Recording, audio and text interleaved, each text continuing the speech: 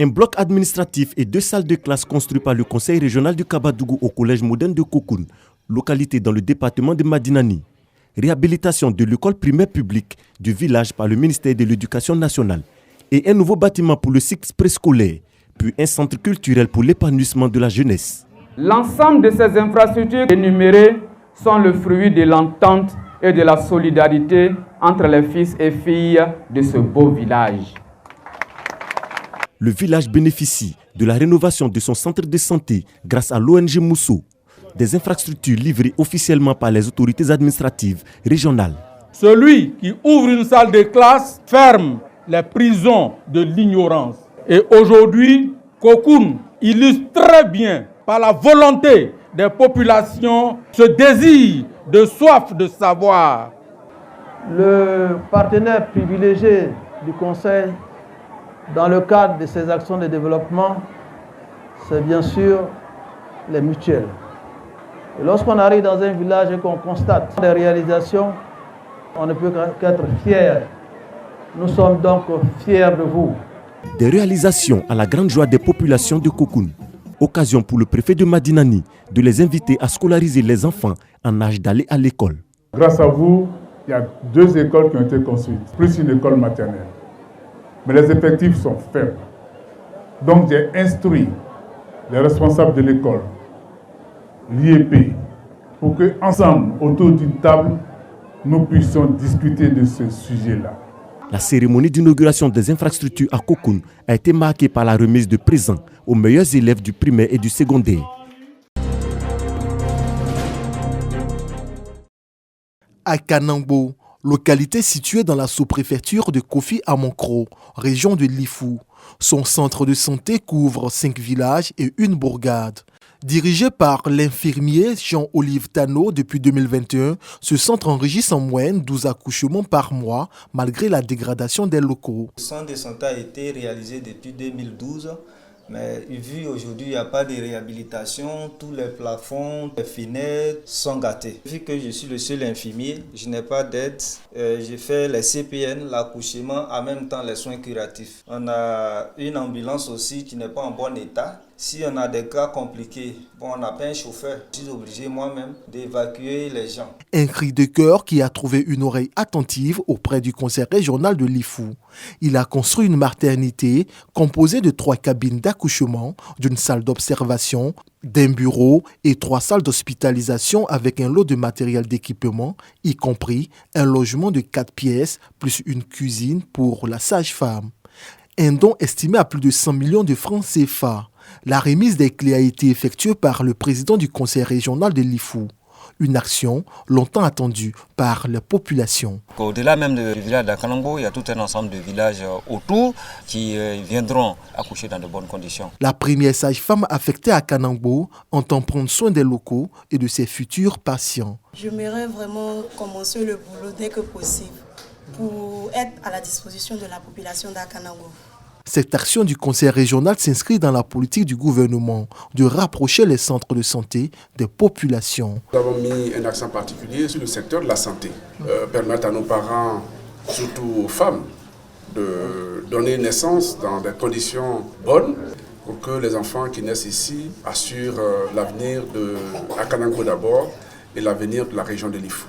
Depuis 2021, 450 projets ont été initiés par le conseil régional de Lifou, dont 111 réalisés dans le domaine de la santé pour le bonheur des populations de cette région.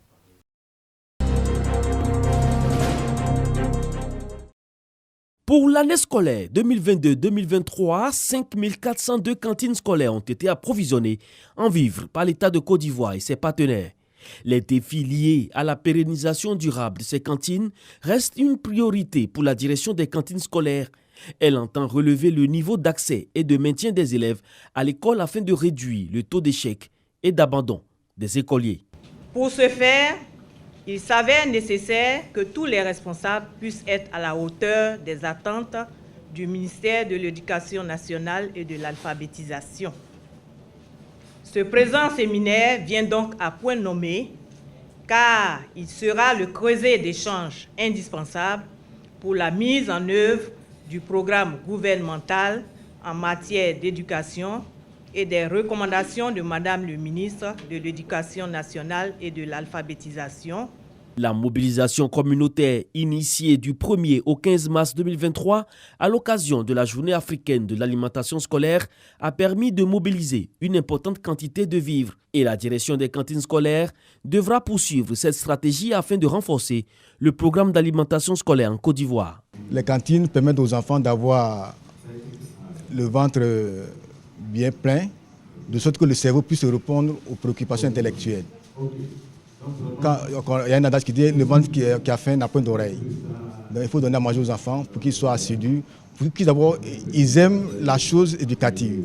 Cette rencontre de Yamoussoukro permettra de capitaliser les bonnes pratiques et de relever les insuffisances constatées dans la mise en œuvre du programme.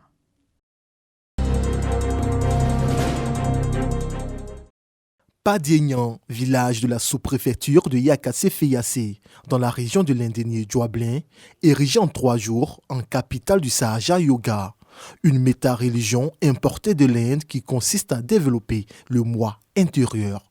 Cette 21e édition du séminaire international du Sahaja Yoga pour l'Afrique s'est ouverte par une méditation collective en langue sanskrit. Le rituel vise à recevoir les bénédictions. Ce rendez-vous international a réuni 14 pays, entre autres le Cameroun, la France, la Guinée et le Ghana. L'idée, prier pour la paix dans le monde, a commencé par les pays africains et la Côte d'Ivoire en particulier. Le Sahaja Yoga se veut un mouvement spirituel qui rassemble autour d'une idéologie de vie commune tous les enfants du divin pour une vie harmonieuse, une vie universelle. La culture de la paix, une initiative encouragée par les autorités coutumières, administratives et préfectorales de la région. Partout où l'harmonie et la cohésion est prônée, il faut nécessairement que l'État de Côte d'Ivoire soit représenté à travers ses représentations, à travers ses démembrements pour accompagner les populations dans tout ce qui prône l'harmonie et la cohésion sociale. Pour ce 21e rassemblement, ce sont plus de 600 participants venus témoigner leur attachement au Sahaja Yoga. Et nous rentrons au Cameroun avec toutes les bénédictions, les vibrations positives, l'énergie positive que nous avons récoltée ici et diffusée ça autour de nous.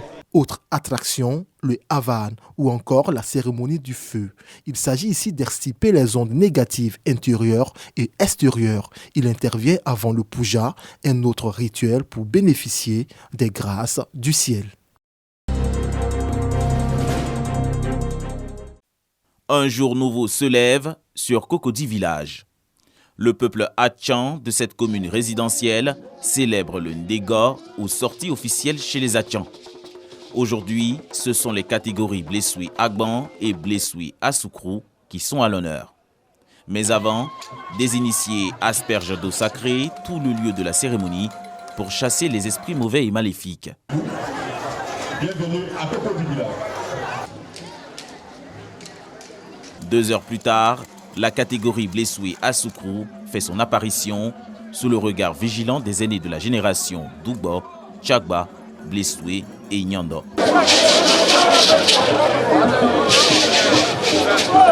Après leur passage, une autre catégorie fait son entrée sur scène. Il s'agit des Blessoui Agban suivis des femmes de ces 2 classes d'âge.